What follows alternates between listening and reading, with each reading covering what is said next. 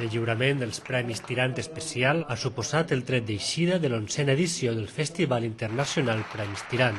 A la gala inaugural del certamen van acudir representants del teixit social i polític que han volgut donar suport a la que és la mostra més important de l'audiovisual valencià. Enguany, els Tirant Especial han premiat a l'actor valencià Manuel Andrés González en reconeixement a una llarga carrera de secundari que li ha permès treballar amb directors com José Luis Garci i José Antonio Escrivá.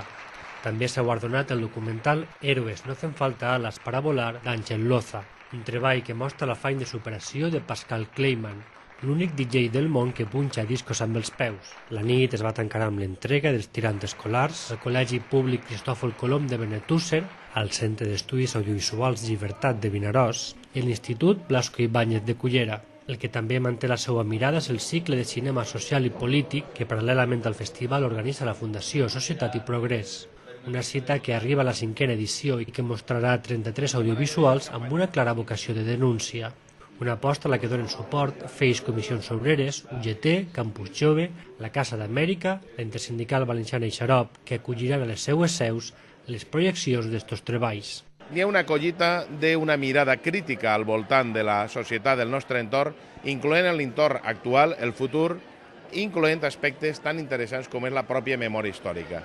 En aquest sentit, pel·lícules com la que ha produït FEIS Abajo la dictadura o pel·lícules inclús que ha entrat la cooperació internacional, com la d'Angola, o la visita, per exemple, del grup de teatre L'Estrella que ha anat a Àfrica, n'hi ha un documental sobre això, o un empresari valencià que ha sigut emprenedor socialment i ha fet una pel·lícula Sin barreres per estudiar idiomes a l'estranger per a les persones que tenen discapacitat. Volem, enguany, contem també una col·laboració que és la xarxa Xarop, la xarxa d'organitzacions progressistes valencianes, que també dona cobertura en el seu portal perquè l'internet també és una forma de difondre i de veure aquest audiovisual.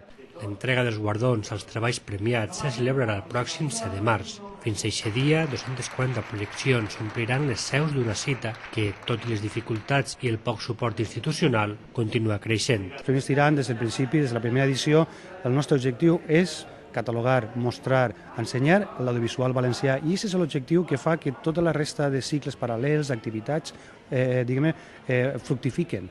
Perquè n'hi ha un objectiu molt clar, i que és Premis Tirant naixen per això, per a mostrar el nostre audiovisual, la nostra cinematografia. Això és el que li falta a la mostra, no té aquesta direcció, no sap per on va i no sabem si farà o no farà la 30 edició.